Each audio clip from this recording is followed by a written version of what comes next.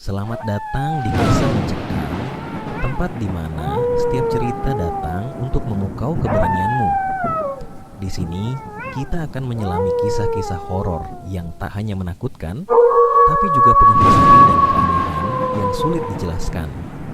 Siapkan dirimu, matikan lampu, dan dengarkan dengan penuh perhatian.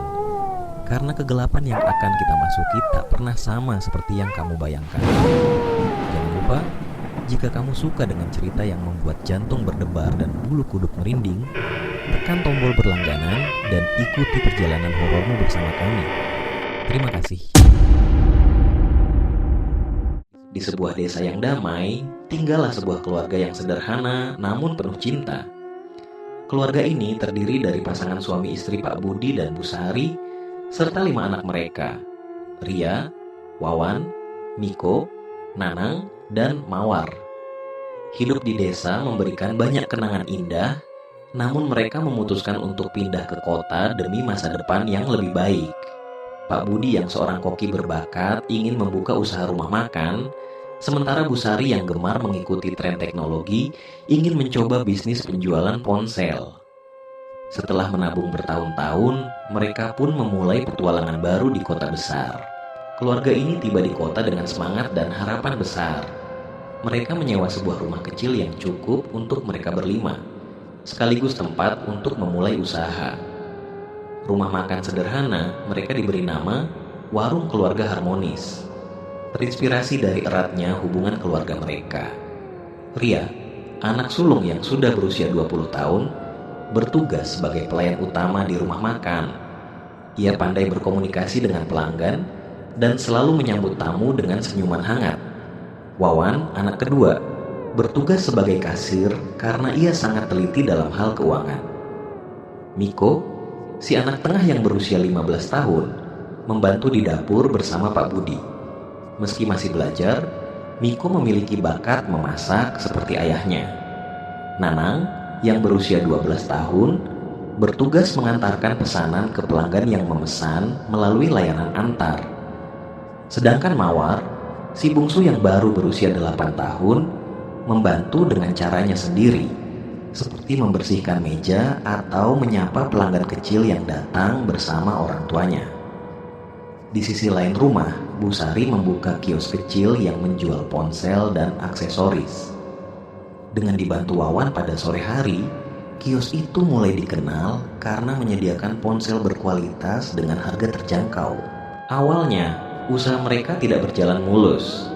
Kompetisi di kota sangat ketat dan mereka harus bekerja keras untuk menarik pelanggan. Namun, keluarga ini tidak menyerah.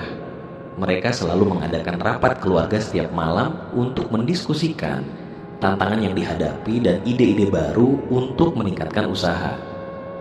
Ria sering membuat promosi di media sosial untuk menarik perhatian pelanggan, sementara Wawan mencoba membuat sistem pembayaran yang lebih modern agar pelanggan merasa nyaman.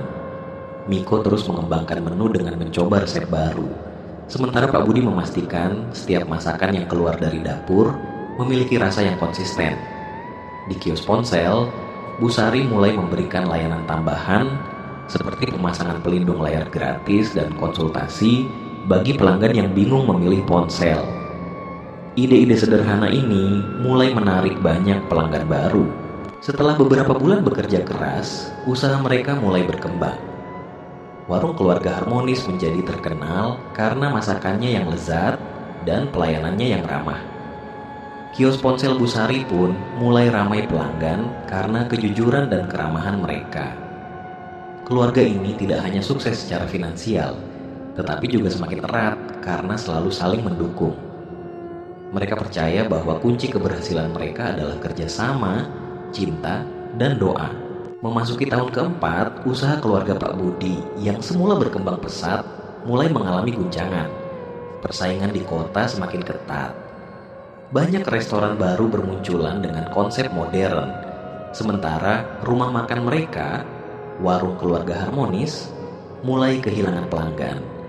Menu yang dulunya menjadi favorit mulai kalah saing dengan inovasi-inovasi baru dari restoran lain. Sementara itu, kios ponsel Bu Sari juga menghadapi tantangan besar. Muncul banyak toko besar yang menjual ponsel dengan harga grosir, membuat kios kecil mereka sulit bersaing. Pendapatan menurun drastis dan utang mulai menumpuk karena mereka harus mempertahankan stok barang. Pada suatu malam yang tenang, tragedi besar terjadi. Sebuah hubungan arus pendek listrik di kios ponsel memicu kebakaran. Api dengan cepat melahap kios kecil itu, menghancurkan semua ponsel, aksesoris, dan peralatan yang ada di dalamnya. Meskipun tidak ada korban jiwa, kerugian yang mereka alami sangat besar. Ketika Bu Sari melihat kiosnya yang kini hanya menyisakan puing-puing, air matanya tak terbendung. Anak-anak mencoba menghiburnya, tapi beban itu terlalu berat. Pak Budi yang sudah tertekan dengan kondisi rumah makan, kini harus menghadapi kenyataan bahwa usaha kedua mereka juga runtuh. Setelah kebakaran, kondisi finansial keluarga semakin memburuk. Mereka terpaksa menutup warung keluarga harmonis karena tidak mampu membayar biaya operasional. Dengan hati yang berat, keluarga ini menjual sebagian perabotan rumah untuk melunasi utang. Di tengah krisis ini, suasana keluarga menjadi suram. Pak Budi merasa gagal sebagai kepala keluarga. Sementara Bu Sari sering termenung mengingat usaha yang sudah dirintis dari nol. Anak-anak yang sebelumnya selalu ceria kini lebih banyak diam, menyaksikan orang tua mereka berjuang mencari jalan keluar. Setelah berbulan-bulan hidup dalam keterpurukan, keluarga Pak Budi mulai merasa lelah dan putus asa. Meski mereka terus mencoba usaha kecil-kecilan, hasilnya tidak cukup untuk memperbaiki kondisi ekonomi keluarga. Di tengah keputusasaan ini, datanglah Sukmo, seorang teman lama Pak Budi yang sudah lama tidak bertemu. Sukmo tidak datang sendiri, ia ditemani oleh istrinya, Salma. Sukmo dan Salma tampak berbeda dari terakhir kali Pak Budi melihat mereka. Mereka berpakaian mewah dan terlihat sangat mapan, sesuatu yang tidak pernah Pak Budi bayangkan dari Sukmo, yang dulunya juga hidup pas-pasan. Sukmo mengatakan bahwa hidupnya berubah total berkat jalan baru yang ia temukan. Pak Budi, kamu tidak harus terus-menerus menderita seperti ini. Aku tahu bagaimana rasanya kehilangan segalanya, tapi aku menemukan cara untuk bangkit dan mencapai kesuksesan. Kalau kamu mau, aku bisa membantumu, kata Sukmo dengan nada meyakinkan. Pak Budi dan Bu Sari yang merasa putus asa pun tertarik. Mereka mulai mendengarkan Sukmo dan Salma yang berbicara tentang sebuah komunitas spiritual. Awalnya terdengar seperti pengajian atau kelompok doa biasa, namun lambat laun pembicaraan mereka mengarah ke hal-hal yang aneh. Sukmo mengungkapkan bahwa mereka bergabung dengan sebuah aliran yang disebut sebagai pemulia cahaya kegelapan. Menurut Sukmo, aliran ini mampu memberikan kekayaan, kesuksesan, dan kemakmuran dalam waktu singkat. Namun, ada syarat yang harus dipenuhi. Kesetiaan total kepada pemimpin aliran dan ritual khusus yang harus diikuti. Ini bukan sekadar kelompok biasa, Pak Budi. Di sini, kami menerima kekuatan sejati. Semua yang kami minta akan terkabul. Asalkan kamu mau percaya dan mengikuti jalan ini, semua masalahmu akan selesai, ujar Salma dengan senyum tipis. Pak Budi dan Bu Sari merasa ragu. Apa yang Sukmo katakan terdengar seperti solusi atas semua masalah mereka, tapi di saat yang sama terasa tidak benar. Sukmo terus meyakinkan mereka dengan menunjukkan bukti kesuksesannya. Mobil mewah, rumah besar, dan usaha yang berkembang pesat. Pak, Bu, ini hanya tentang mengambil keputusan berani. Kami sudah melewati fase yang sama seperti kalian, dan lihat hasilnya sekarang. Jangan sia-siakan kesempatan ini, desak Sukmo. Anak-anak Pak Budi, terutama Ria dan Miko, mulai curiga dengan Sukmo dan Salma. Mereka merasa ada sesuatu yang tidak beres. Ria, yang memiliki insting kuat, mencoba mencari tahu lebih banyak tentang aliran yang disebutkan Sukmo. Ia menemukan informasi bahwa aliran tersebut terlibat dalam praktik-praktik mistis yang melibatkan pemujaan terhadap kekuatan gelap. Ria dan Miko segera mendekati orang tua mereka. Ayah, ibu, ini bukan jalan yang benar. Kalau kita menyerahkan diri pada hal seperti itu, apa bedanya kita dengan menjual jiwa sendiri? Kita masih bisa bangkit tanpa harus mengambil jalan yang salah, tegas Ria. Namun, Pak Budi dan Bu Sari yang sudah sangat tertekan mulai goyah. Sukmo dan Salma terus membujuk mereka dengan janji-janji manis, sementara anak-anak berusaha keras mencegah mereka terjerumus. Pada malam yang menentukan, Sukmo mengundang Pak Budi dan Bu Sari ke sebuah pertemuan rahasia. Anak-anak yang merasa khawatir memutuskan untuk mengikuti diam-diam. Di tempat itu, mereka menyaksikan ritual aneh dengan suasana yang gelap dan menakutkan. Pemimpin aliran itu berbicara tentang pengorbanan dan kesetiaan kepada penguasa kegelapan. Pak Budi mulai merasa ketakutan. Dalam hatinya, ia tahu bahwa ini adalah jalan yang salah. Namun, desakan Sukmo dan kebutuhan keluarganya membuatnya ragu untuk pergi. Ketika ritual hampir dimulai, Ria dan Miko muncul. Dengan keberanian, mereka menarik Pak Budi dan Bu Sari keluar dari tempat itu. Ayah, Ibu, kita tidak butuh ini. Kita masih punya Tuhan dan kita masih punya satu sama lain. Seru Ria dengan air mata di matanya. Pak Budi akhirnya tersadar. Ia memutuskan untuk meninggalkan tempat itu bersama keluarganya, meski Sukmo dan Salma mencoba mencegah mereka. Saat Ria dan Miko berusaha menyadarkan Pak Budi dan Bu Sari untuk meninggalkan ritual, suasana di ruangan itu tiba-tiba berubah. Udara menjadi dingin dan berat, seakan ada sesuatu yang tak terlihat namun sangat menekan. Lampu redup dari lilin di sekitar ruangan bergetar, seakan dipermainkan oleh kekuatan yang tidak wajar. Tiba-tiba, di hadapan mereka, muncul sesosok makhluk menyeramkan. Tingginya hampir 2 kali lipat manusia, dengan kulit hitam pekat yang memancarkan aura kegelapan. 2 tanduk melengkung keluar dari kepalanya, sementara sayap besar dengan ujung tajam berkibar perlahan di belakangnya. Matanya berapi, menyala dengan intensitas yang membuat siapapun yang melihatnya merasa terpanggang dalam ketakutan. Makhluk itu berdiri tegak di depan mereka, menghadang jalan keluar. Di belakangnya berdiri barisan makhluk lain yang tak kalah menyeramkan. Sekumpulan pocong. Namun, pocong-pocong ini tidak seperti yang biasa diceritakan di legenda rakyat. Tubuh mereka melayang, mengeluarkan suara rintihan pelan, dan mata mereka yang kosong memancarkan cahaya merah samar. Berani kalian melawan kehendak ini? Suara makhluk bertanduk itu menggelegar, menggema di seluruh ruangan. Ia menatap langsung ke arah Ria dan Miko, membuat tubuh mereka gemetar. Mereka sudah berada dalam genggaman kami. Tinggalkan tempat ini, atau kalian akan menyesal. Ria menggenggam tangan Miko erat-erat. Meski tubuhnya gemetar, ia berusaha menenangkan diri. Ia tahu bahwa ia tidak boleh menyerah, tidak di hadapan kegelapan ini. Dengan suara yang bergetar namun tegas, ia berkata, "Kami tidak takut padamu. Ayah dan ibu kami bukan milikmu. Mereka milik Tuhan yang sejati." Makhluk itu tertawa, suaranya seperti petir yang mengguncang ruangan. "Tuhanmu tidak akan menolongmu di sini. Ini adalah wilayahku dan semua yang ada di sini adalah milikku." Namun, sesuatu dalam hati Ria membuatnya melawan rasa takut itu. Ia menutup matanya sejenak, berdoa dalam hati, memohon kekuatan dari Tuhan. Miko, meski ketakutan, mengikuti jejak kakaknya. Mereka berdua mulai melantunkan doa bersama, memohon perlindungan bagi keluarga mereka. Tiba-tiba Ria terbangun dengan terengah-engah. Tubuhnya basah oleh keringat. Matanya melirik ke sekeliling kamar, mencoba memahami di mana ia berada. Itu adalah kamar yang familiar, penuh dengan dekorasi sederhana namun rapi. Tidak ada suasana gelap, tidak ada makhluk bertanduk atau pocong, dan tidak ada ritual menyeramkan.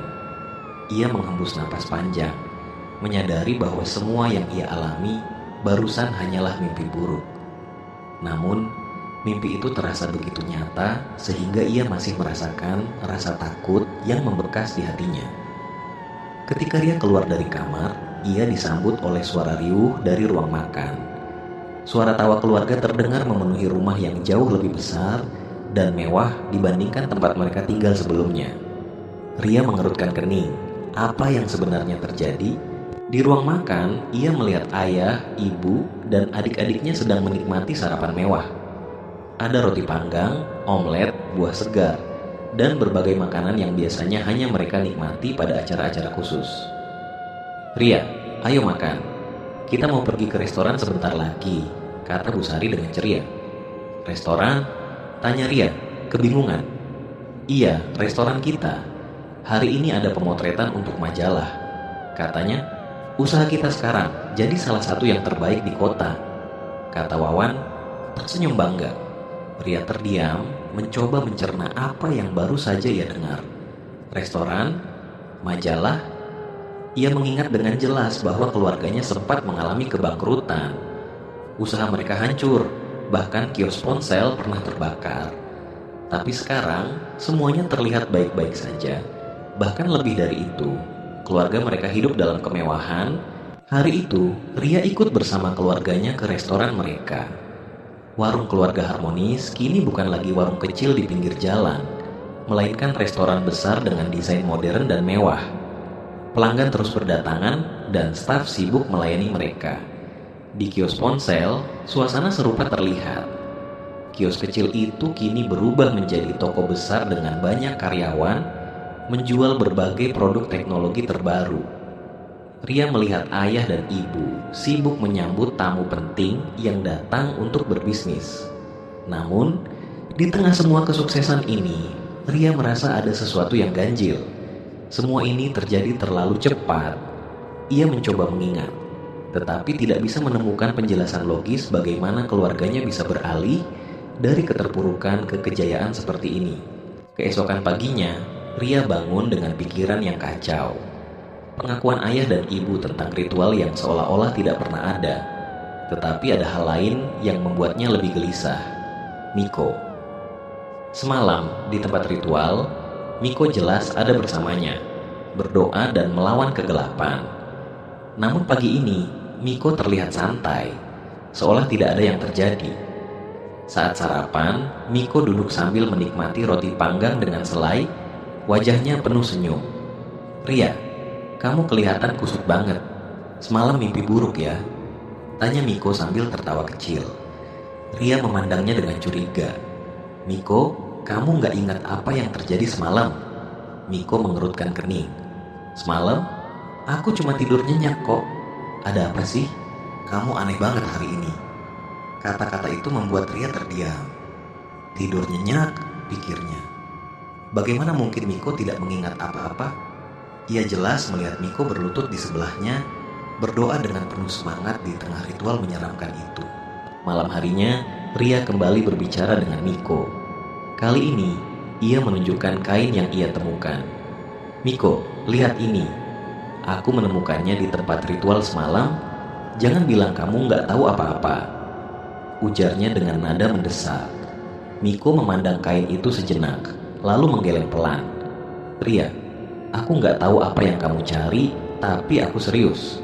Aku gak ingat apa-apa soal ritual atau tempat itu. Aku gak tahu kenapa kamu terus menghubungkan aku dengan hal-hal aneh ini." Namun, ada sesuatu di mata Miko. Sekilas, Ria tahu Miko tidak jujur. Percakapan antara Ria dan Miko ternyata tidak sepenuhnya tertutup.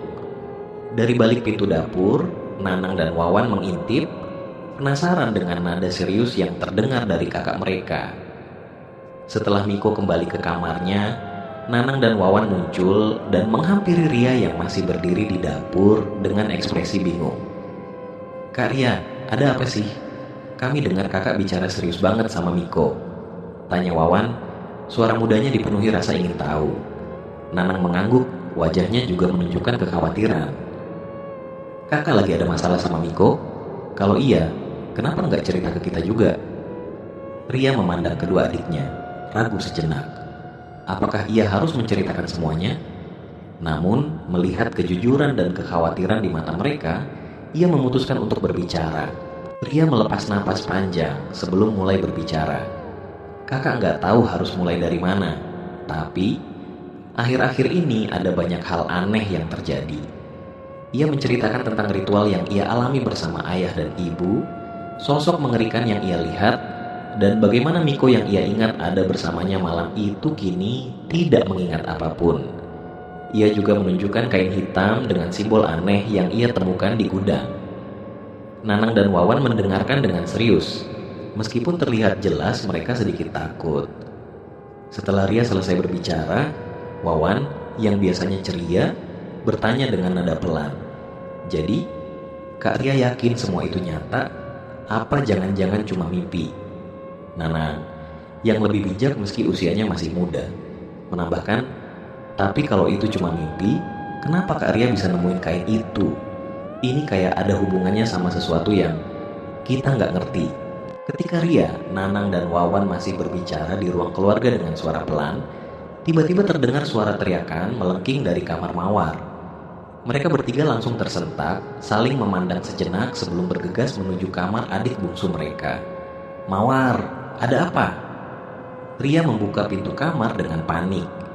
Mawar duduk di sudut kamar, tubuhnya gemetar sambil memeluk lutut. Air mata mengalir deras di pipinya, dan ia tampak sangat ketakutan. Matanya terpaku ke sudut ruangan, di mana ia seolah-olah melihat sesuatu yang menyeramkan. "Dia ada di sana. Jangan biarkan dia mendekat. Jangan biarkan dia mendekat." Mawar berteriak, menunjuk ke sudut kamar yang tampak kosong. Nanang dan Wawan memandang ke arah yang ditunjuk Mawar, tetapi mereka tidak melihat apa-apa. "Mawar, gak ada apa-apa di sana," ujar Wawan, mencoba menenangkan, meski suaranya bergetar. Namun, Mawar menggelengkan kepala dengan liar. "Kalian gak lihat? Dia di sana. Matanya merah, kulitnya hitam, dia seperti iblis. Dan dia terus memanggil namaku." Miko yang mendengar keributan itu juga datang ke kamar Mawar. Ia terlihat bingung, tapi segera mendekati adik bungsunya. "Mawar, gak ada apa-apa. Kamu mungkin mimpi buruk," katanya sambil mencoba merangkul Mawar. Namun, Mawar mendorong tangan Miko dengan ketakutan. "Kamu gak ngerti, dia benar-benar di sana.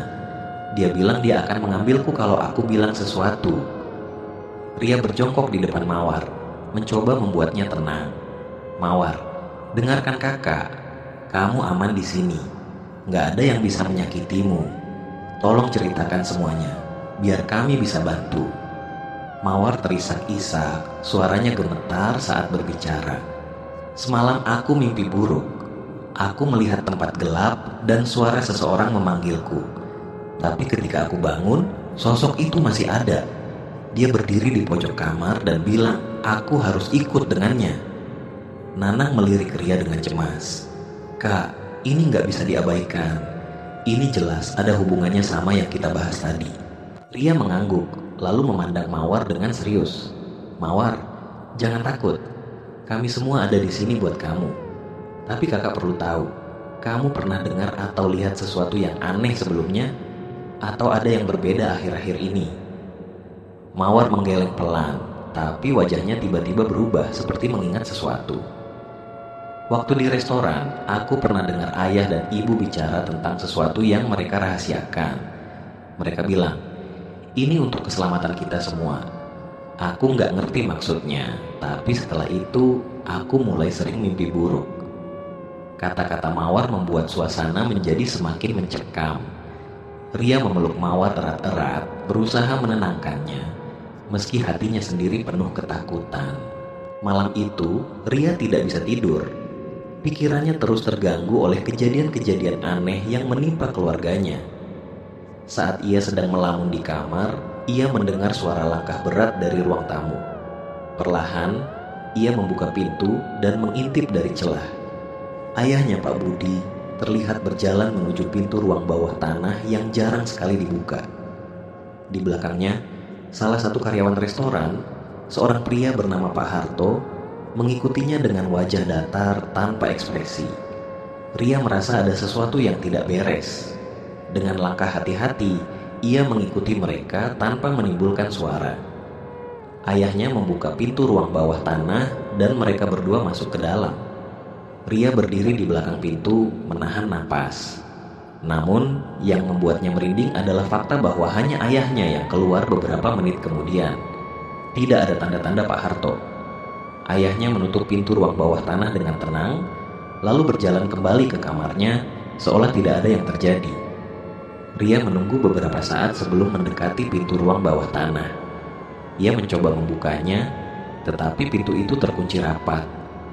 Ada sesuatu yang disembunyikan ayahnya di sana, dan Ria bersumpah akan mencari tahu apa itu. Sementara itu, di luar rumah, Nanang sedang mengintip dari jendela kamarnya. Udara malam terasa aneh, lebih dingin dari biasanya. Ketika ia memandang ke arah halaman, darahnya terasa membeku. Di bawah sinar bulan yang redup, ia melihat sesuatu yang tidak mungkin. Puluhan pocong berdiri diam, mengelilingi rumah dan restoran mereka. Sosok-sosok itu tidak bergerak, hanya berdiri seperti patung, tetapi keberadaan mereka membuat jantung Nanang berdegup kencang. "Kenapa cuma aku yang lihat ini?" bisik Nanang pada dirinya sendiri. Ia mencoba memanggil Ria, tetapi suara tertahannya tidak cukup keras. Ia merasa tubuhnya terpaku di tempat. Ketika ia memberanikan diri mengamati lebih dekat, ia melihat salah satu pocong menoleh ke arahnya. Mata hitam kosong sosok itu terasa menusuk ke dalam jiwanya. Nanang mundur perlahan, mencoba menenangkan diri, tetapi bayangan pocong-pocong itu terus mengelilinginya seperti ancaman. Keesokan harinya, di toko ponsel yang dikelola keluarga mereka, seorang pembeli tiba-tiba berteriak histeris. Pengunjung itu, seorang wanita muda, menjatuhkan ponsel yang baru saja dibelinya dan berlari keluar dengan wajah penuh ketakutan. "Wanita itu kenapa?" tanya salah satu pegawai toko, bingung. Namun, Wawan yang berada di dalam toko memperhatikan sesuatu yang aneh. Di sudut ruangan, ia melihat bayangan besar yang tidak semestinya. Ketika ia menoleh, tidak ada apa-apa. Beberapa menit kemudian, wanita yang tadi lari kembali ke toko, tapi kali ini ditemani seorang pria yang tampaknya adalah suaminya. "Aku nggak gila, aku benar-benar melihatnya," katanya dengan panik. "Apa yang ibu lihat?" tanya Wawan, mencoba mencari tahu. Wanita itu gemetar sambil menjawab, Ada makhluk besar di sini. Tingginya hampir menyentuh langit-langit. Perutnya buncit, lidahnya panjang, dan tangannya seperti cakar. Dia berdiri di sana menatapku, dan dia punya tanduk." Kata-kata itu membuat Wawan merinding. Ia tahu kejadian aneh terus menghantui keluarganya, tetapi mendengar deskripsi makhluk seperti itu di tokonya sendiri membuat semuanya terasa lebih nyata. Malamnya, Ria, Nanang, dan Wawan berkumpul untuk membicarakan kejadian-kejadian itu. Ria menceritakan apa yang ia lihat tentang ayah dan ruang bawah tanah, sementara Nanang menggambarkan pocong-pocong yang mengelilingi rumah. Wawan juga menyampaikan tentang pembeli di toko yang melihat makhluk mengerikan. "Apa sebenarnya yang terjadi dengan keluarga kita?" tanya Wawan dengan suara gemetar. Ria menggeleng, wajahnya penuh kecemasan. "Aku nggak tahu, tapi aku yakin ini ada hubungannya dengan ritual yang pernah ayah dan ibu ikuti. Mungkin mereka membuka sesuatu yang seharusnya tidak dibuka." Nanang menambahkan, "Kalau kita nggak segera cari tahu, aku takut semua ini bakal makin buruk. Tapi pertanyaannya, gimana kita bisa cari tahu? Ayah dan ibu nggak mungkin mau cerita." Mereka terdiam, mencoba memikirkan solusi. Namun, di tengah keheningan itu, terdengar suara ketukan pelan di jendela. Ketika mereka menoleh, tidak ada apa-apa di luar. Ria memeluk kedua adiknya erat. "Apapun yang terjadi, kita harus tetap bersama. Kita harus cari tahu kebenaran ini, apapun risikonya." Di sudut rumah, bayangan gelap tampak bergerak, mengawasi mereka dari kejauhan. Pagi itu, Ria bangun dengan firasat tidak enak. Semalam, mereka bertiga, Ria, Wawan, dan Nanang, sepakat untuk menyelidiki ruang bawah tanah yang dikunci ayah. Namun, pagi ini, Nanang tidak terlihat dimanapun. Ria mendapati ibunya sedang menyiapkan sarapan di dapur. "Bu, Nanang di mana? Semalam dia tidur di kamarnya kan?" tanya Ria. Bu Sari tersenyum tenang sambil mengaduk teh. "Nanang bilang dia mau pergi ke rumah nenek. Katanya mau liburan beberapa hari. Ibu pikir itu ide yang bagus, biar dia nggak terlalu stres." Jawaban itu membuat Ria semakin bingung. Tapi, kenapa dia nggak bilang ke aku? Biasanya Nanang selalu cerita kalau mau pergi kemana-mana. Bu Sari memandang Ria dengan tatapan datar, tapi ada sesuatu yang aneh di balik senyumnya. Mungkin dia lupa. Nenek juga bilang nggak apa-apa kalau Nanang mau datang kapan saja. Jadi, ibu biarin saja. Ria mencoba menerima penjelasan itu, tetapi hatinya tidak tenang. Nanang tidak pernah pergi tanpa memberitahunya, apalagi ke rumah nenek yang cukup jauh. Ria memutuskan untuk memeriksa kamar Nanang. Ketika masuk, ia langsung menyadari sesuatu yang janggal. Kamar itu terlihat rapi, tapi terlalu rapi. Seolah-olah tidak ada yang tidur di sana semalam. Selimutnya terlipat sempurna. Tidak ada jejak Nanang sama sekali. Ia memeriksa lemari dan menemukan bahwa semua pakaian Nanang masih ada di tempatnya. Tidak ada tanda-tanda ia membawa apapun untuk liburan. Kenapa dia pergi tanpa barang apapun? Gumam Ria, semakin curiga. Wawan yang baru bangun datang ke kamar Nanang. "Kak, kenapa ribut-ribut? Nanang mana?" tanyanya sambil menguap. "Ibu bilang dia pergi ke rumah nenek, tapi ini aneh. Pakaian dia nggak ada yang diambil," jawab Ria menunjukkan lemari. Wawan mengernyit. "Liburan apa tanpa baju ganti? Kak, aku rasa ada yang nggak beres." Ria dan Wawan mencoba bertanya lebih jauh kepada Bu Sari, tetapi jawaban ibunya tetap sama. Ia hanya mengatakan bahwa Nanang berangkat pagi-pagi sekali dan sudah sampai di rumah nenek. Ketika Ria meminta nomor telepon nenek untuk memastikan, ibunya mengalihkan pembicaraan, membuat alasan bahwa nenek sedang sibuk dan tidak suka diganggu. Sikap aneh ini membuat Ria semakin curiga.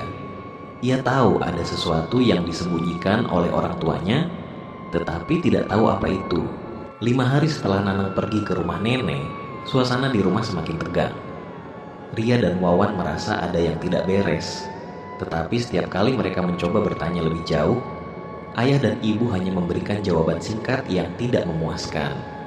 Pagi itu, Wawan sedang duduk di ruang tamu, berpura-pura membaca buku sambil mengawasi gerak-gerik orang tuanya. Ketika ibunya, Bu Sari, memanggil salah satu karyawan toko ponsel, seorang perempuan bernama Dina, Wawan langsung merasa curiga. "Kamu ikut ibu sebentar ke ruang bawah tanah, ya? Ada sesuatu yang harus ibu tunjukkan," kata Bu Sari dengan nada tenang. Dina tampak ragu, tetapi ia mengangguk dan mengikuti Bu Sari. Wawan yang penasaran memutuskan untuk mengintai. Dengan hati-hati, ia mengikuti mereka dari kejauhan. Bu Sari membuka pintu ruang bawah tanah yang biasanya terkunci rapat. Dina melangkah masuk, diikuti oleh ibunya. Sebelum Wawan sempat melihat lebih jauh, pintu itu ditutup dengan suara berat, dan tidak ada yang keluar dari sana selama berjam-jam. Wawan menunggu di ruang tamu dengan gelisah. Ia berharap Dina akan keluar dari ruang bawah tanah, tetapi hingga malam tiba, perempuan itu tidak muncul. Rasa penasaran yang bercampur dengan ketakutan membuat Wawan mendekati Ria di kamarnya. "Kak, aku lihat sesuatu tadi pagi," kata Wawan dengan suara pelan. Ria, yang sedang mencoba mencari informasi tentang rumah nenek mereka, menoleh dengan serius. "Apa yang kamu lihat?" "Ibu masuk ke ruang bawah tanah sama Mbak Dina, tapi Mbak Dina nggak keluar lagi." "Kak, aku rasa ini ada hubungannya sama Nanang. Dulu ayah masuk ke sana sama Pak Harto, dan dia juga nggak kelihatan lagi," jelas Wawan. Kata-kata itu membuat Ria merinding. Kita harus cari tahu apa yang sebenarnya terjadi di ruang bawah tanah itu. Kita nggak bisa diam saja. Suatu malam, ketika Ria sedang beristirahat, Wawan dipanggil oleh ayahnya ke ruang tamu. Pak Budi duduk di sana dengan wajah serius, seperti sedang memikirkan sesuatu yang sangat berat. "Wawan, dengarkan ayah baik-baik," katanya dengan nada berat. "Apa yang kita miliki sekarang, rumah, usaha, kenyamanan ini, semua ada harganya. Dan sekarang, waktunya ayah memohon bantuanmu." Wawan mengernyit. "Bantuan apa ya? Kenapa ayah gak minta bantuan Kak Ria atau Miko?" Pak Budi menatap Wawan dengan mata yang lelah. "Karena ini tentang melindungi mereka, melindungi kakak-kakakmu dan adikmu Mawar. Hanya kamu yang bisa melakukannya." Wawan merasa tenggorokannya mengering. Ayah bicara apa? Apa yang sebenarnya terjadi? Pak Budi menarik napas panjang, lalu menjelaskan dengan suara gemetar. Makhluk yang ada di bawah tanah itu memberikan kekuatan dan keberuntungan kepada keluarga kita. Tapi setiap beberapa waktu, dia meminta sesuatu sebagai gantinya. Pak Harto, Dina, mereka adalah bagian dari pengorbanan itu. Tapi sekarang dia meminta sesuatu yang lebih besar. Dia meminta salah satu dari keluarga kita. Wawan terdiam, dadanya terasa sesak. Jadi, ayah mau aku jadi korban? Pak Budi mengangguk perlahan. Ayah tahu ini tidak adil, tapi ayah yakin kamu cukup kuat untuk melakukan ini. Kalau kamu tidak melakukannya, kita semua akan kehilangan segalanya, termasuk nyawa kita. Air mata Wawan mengalir perlahan. Ia merasa marah, takut, dan bingung. Tetapi ketika ia membayangkan Ria, Miko, dan Mawar, hatinya menjadi lemah. Mereka adalah keluarganya, dan ia tahu ia tidak sanggup melihat mereka terluka. Aku akan melakukannya, kata Wawan akhirnya dengan suara bergetar. Tapi ini bukan demi ayah, ini demi mereka. Malam itu, Wawan dibawa oleh ayahnya ke ruang bawah tanah. Pintu kembali dibuka, dan bau busuk yang menyengat langsung menyeruak. Ayahnya menyalakan beberapa lilin di sekitar lingkaran di lantai, menciptakan cahaya remang-remang yang mempertegas kengerian di ruangan itu. Dari kegelapan muncul makhluk itu. Tingginya hampir mencapai langit-langit, tubuhnya hitam pekat seperti bayangan hidup, dengan mata merah yang menyala seperti bara api. Tanduknya besar melengkung, sayapnya mengembang menutupi sebagian besar ruangan, dan ekornya yang panjang berayun perlahan. Dari mulutnya yang penuh taring tajam, liur kental menetes ke lantai, mengeluarkan suara mendesis seperti cairan panas yang membakar. Wawan berdiri gemetar, tetapi ia tidak mundur. Kalau aku melakukan ini, kamu jangan ganggu keluargaku lagi, katanya dengan suara tegas, meskipun hatinya penuh ketakutan. Makhluk itu tidak menjawab dengan kata-kata. Sebaliknya, ia hanya menundukkan kepala, seolah menyetujui permintaan Wawan. Pak Budi berdiri di samping, matanya penuh rasa bersalah dan kesedihan. Maafkan ayah, katanya pelan. Tanpa berkata apa-apa lagi, Wawan melangkah ke dalam lingkaran. Makhluk itu mendekat, liurnya menetes semakin deras, menciptakan genangan yang mengeluarkan asap. Taring-taringnya berkilauan di bawah cahaya lilin. Ketika makhluk itu membuka mulutnya yang besar, Wawan menutup matanya. Air matanya jatuh, tetapi wajahnya tetap menunjukkan keberanian. Dalam sekejap, makhluk itu melahap tubuh Wawan. Tidak ada jeritan, hanya suara gigi tajam yang mengunyah dan gema tawa mengerikan dari makhluk itu. Ketika semuanya berakhir, ruangan kembali sunyi. Lingkaran di lantai memudar, dan makhluk itu perlahan menghilang ke dalam kegelapan. Pak Budi berdiri di sana, menatap lantai tempat anaknya terakhir kali berdiri.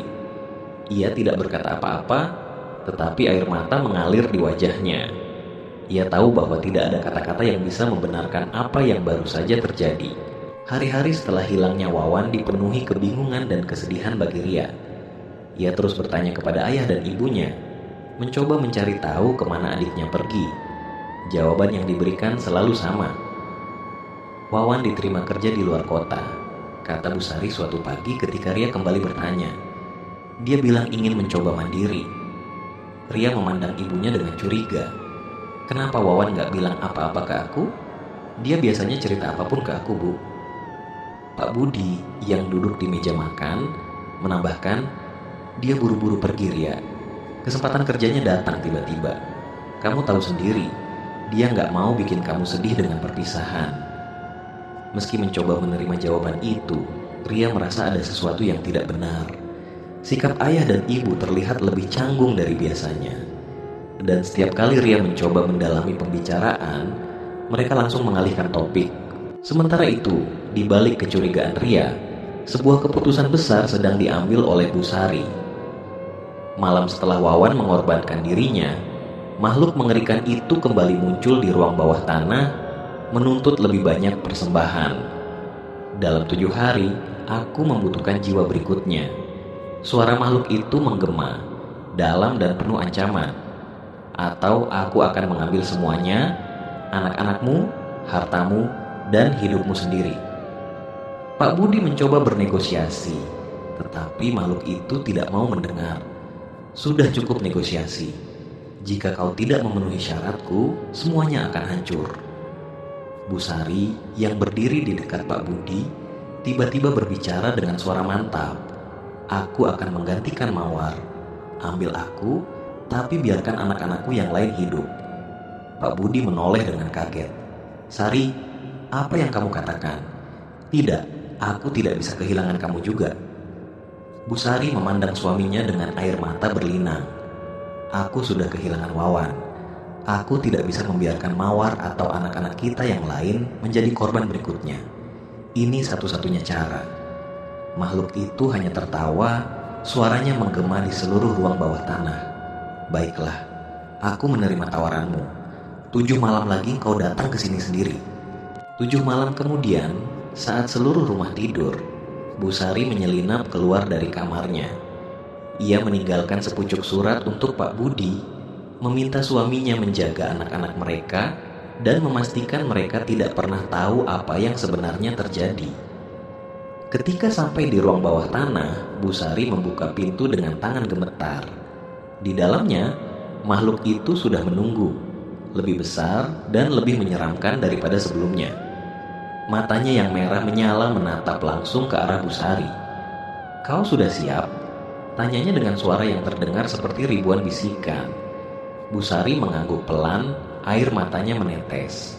Hanya satu permintaan terakhirku, lindungi anak-anakku. Jangan pernah sakiti mereka. Makhluk itu tidak menjawab, hanya menggeram puas sebelum menyambar tubuh Bu Sari. Dalam hitungan detik, ia melahap tubuh dan jiwanya, meninggalkan ruangan dalam kegelapan yang mencekam. Pagi harinya, Ria terbangun dengan perasaan aneh.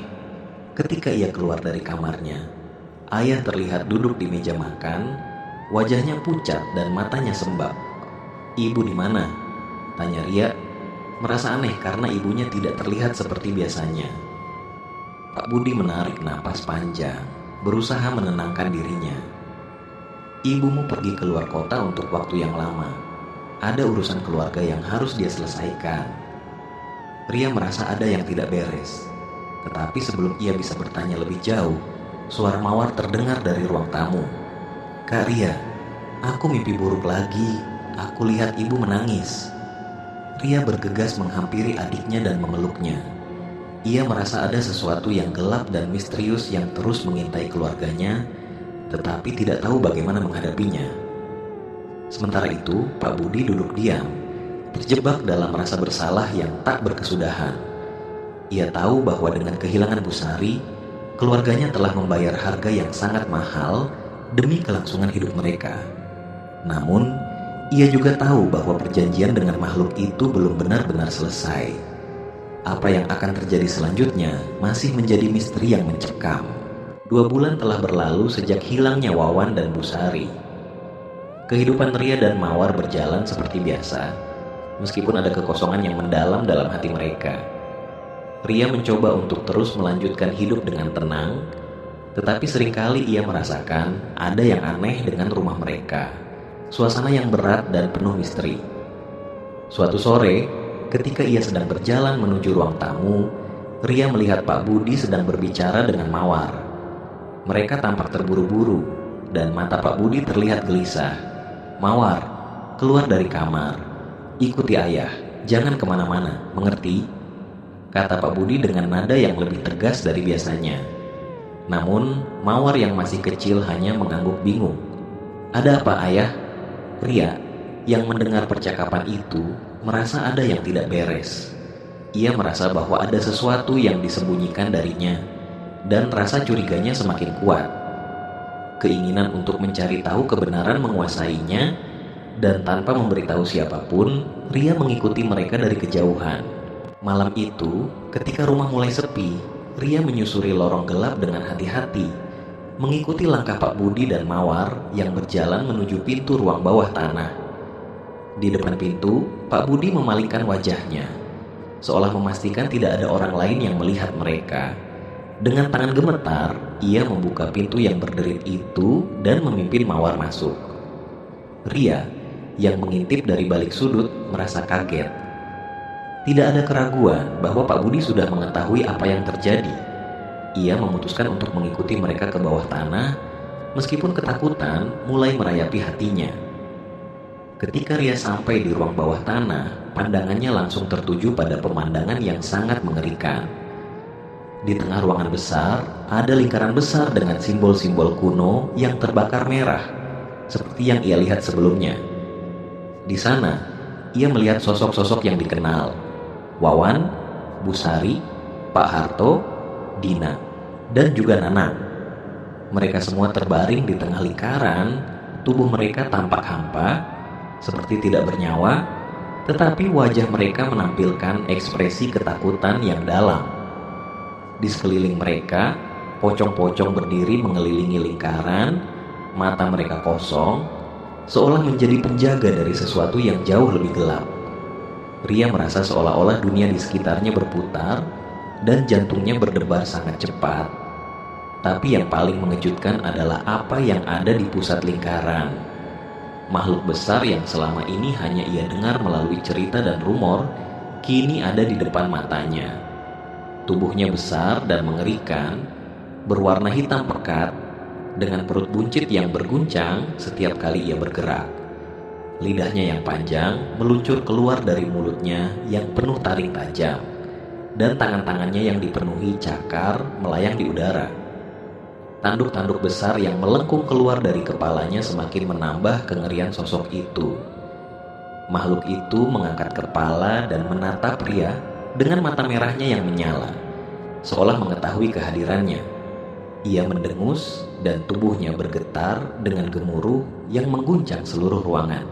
Pak Budi berdiri di depan makhluk itu, wajahnya tampak lelah, namun penuh dengan rasa tak lazim. "Ini saatnya," katanya dengan suara berat. "Semua sudah seperti yang dijanjikan. Mereka sudah memberikan bagian mereka." Ria merasa dunia seolah runtuh di hadapannya.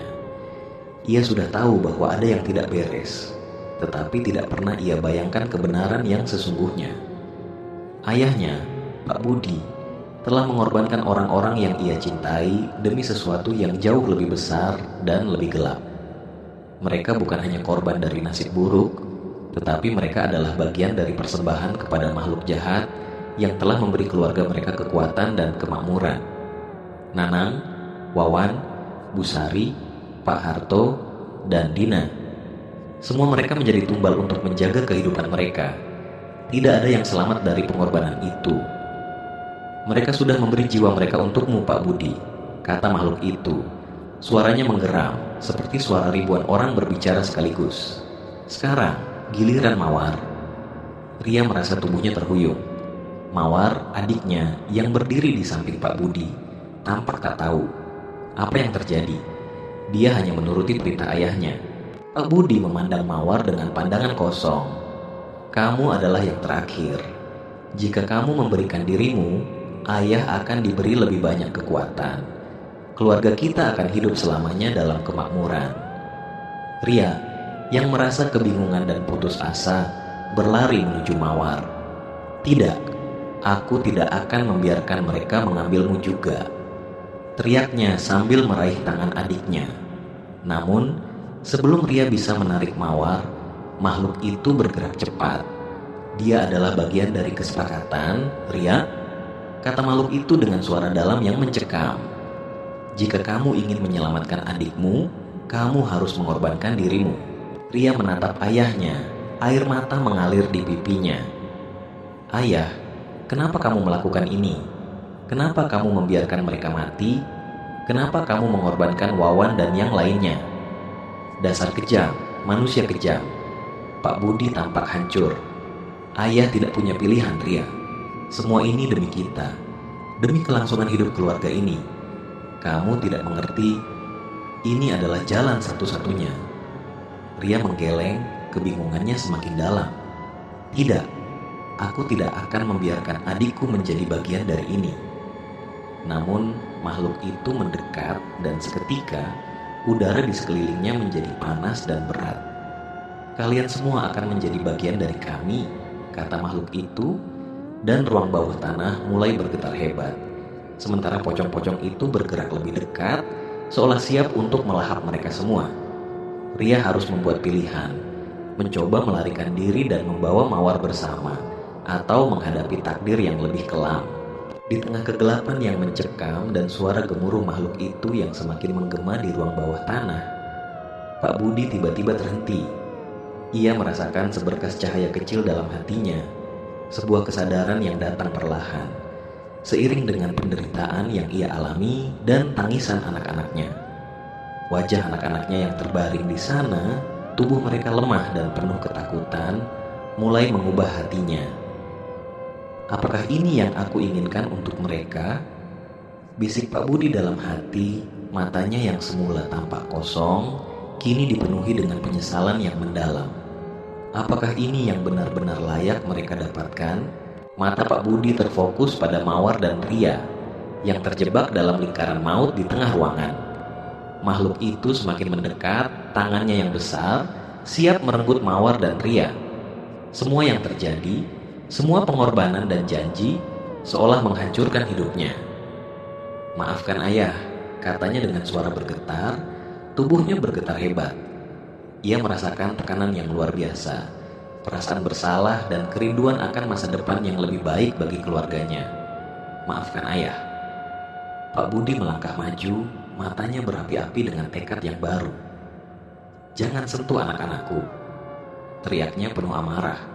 Dalam keputusasaannya, ia melangkah ke tengah lingkaran dan menghadap makhluk itu dengan keberanian yang baru ditemukan. Makhluk itu menggeram keras, seolah tidak mengerti mengapa Pak Budi yang seharusnya menjadi salah satu pelayan setianya kini justru melawan. "Kamu berani mengkhianati perjanjianmu, Budi." Pak Budi berdiri tegak, walaupun hatinya bergetar hebat. "Aku mengorbankan diriku untuk mereka. Jangan sentuh mereka lagi. Aku akan menggantikan semua jiwa yang sudah kamu ambil." Dengan kata-kata itu, Pak Budi melangkah maju, menantang makhluk itu dengan segenap keberanian yang tersisa. Sebuah cahaya putih mulai menyelimuti tubuhnya, seakan-akan dunia berbalik melawan makhluk kegelapan itu. Makhluk itu mencoba menggigit dan menghancurkan Pak Budi, namun tubuhnya perlahan menghilang, terkikis oleh keberanian dan cinta seorang ayah. Pada akhirnya, Pak Budi menjadi pengorbanan terakhir untuk keluarganya.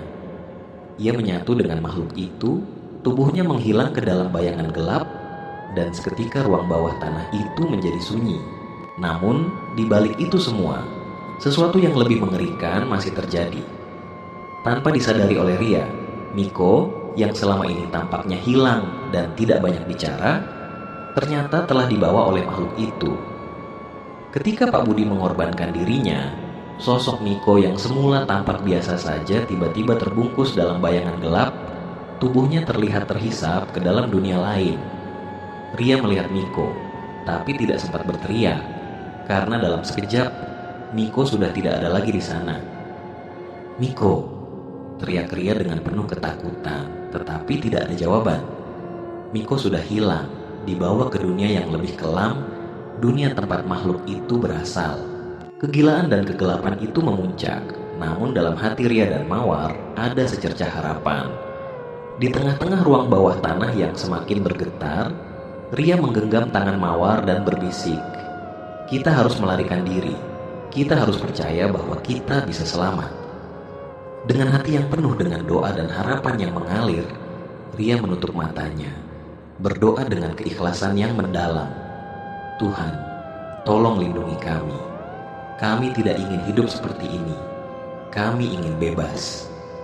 Tiba-tiba, tubuh Ria terasa ringan, dan suara-suara kegelapan mulai menghilang. Makhluk itu yang sebelumnya menakutkan dan penuh ancaman mulai menghilang dari ruang bawah tanah, seolah tergerus oleh kekuatan yang lebih besar. Mawar yang masih gemetar memeluk Ria erat-erat. "Kak Ria, apa yang terjadi?" Ria hanya bisa tersenyum dengan air mata yang masih mengalir. "Kita bebas, Mawar. Kita akhirnya bebas dari semua ini."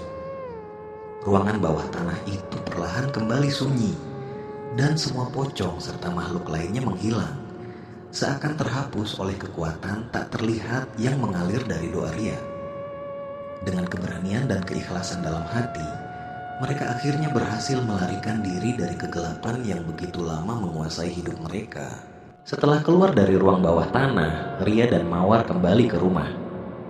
Mereka tidak tahu apa yang harus mereka lakukan sekarang.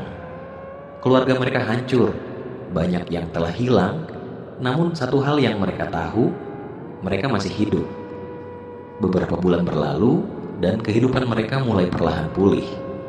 Miko yang hilang tetap menjadi misteri, dan Ria sering berdoa agar suatu saat bisa menemukan adiknya kembali. Namun, di dalam hatinya, ia merasa kuat. Ia tahu bahwa meskipun kehidupan mereka hancur, ada cinta dan keberanian yang akan selalu menguatkan mereka. Kini, hanya tinggal Ria dan Mawar yang tersisa, namun mereka tahu bahwa perjalanan hidup mereka akan penuh dengan tantangan dan ujian. Namun, mereka juga tahu, selama mereka memiliki satu sama lain dan keberanian untuk bertahan, kegelapan tidak akan pernah mampu menguasai mereka lagi.